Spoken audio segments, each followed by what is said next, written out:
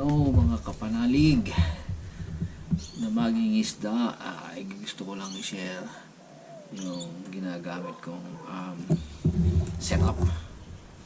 So ayun, setup ko sa panghuli ng Taylor setup. So ang rod ko is a Cenac Assault Esperto. So yan po ang aking, so isa Cenac po siya, Cenac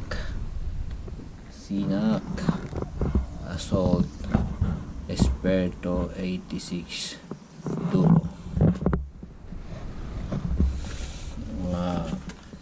Design po siya for aging. I think this is an old Cenac rod na sira ko yung tip niya, so re-repair ko na mismo. Ako na nag-repair ng tip, pinalitan ko ng tip. Ginagamit ko siya ngayon sa heavy aging rod. So, ginagamit ko siya ngayon sa pang whiting or so all-rounder ko na rod. Paborito kong rod yan, Cenac. Tapos ang reel ko is Certate na LT 400 CHS.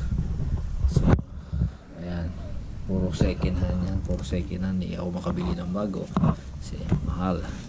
Tapos ang line ko is 1.5 PE. Nakalimutan ko na yung brand line niya.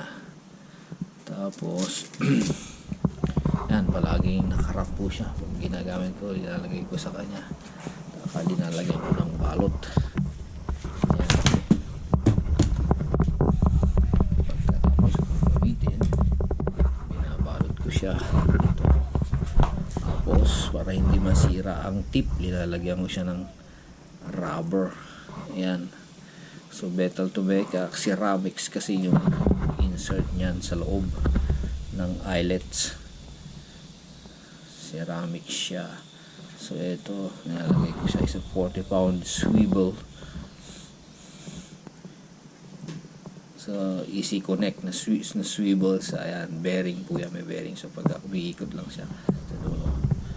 Ayan ang aking setup, all-rounder setup ko pag ako nagpipishing.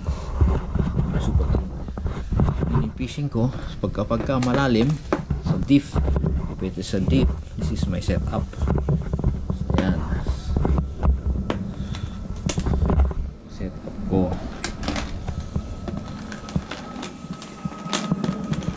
Pang Taylor setup ko pala to. Ayan, 3 gang hook na may 3 balls sa dulo. Ayan, ako rin po nag-setup niya ng gumawa. So kapag ang tubig malalim, gagamitan ko siya ng ganito. So may pabigat siya, tapos ihuhug ko ang gang hook ko sa kanya. Yan.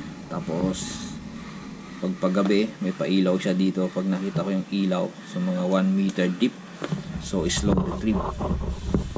Yan, ginagamitan ko. Pagka naman shallow, i-attach ko siya dito sa float. Yan po. Pag shallow, ibig sabihin mababaw, nalagay ko po siya dito. Either na go direct ko doon sa gang hook, or I use this one together. Yan po ang dalawang setup na ginagamit ko pang Taylor.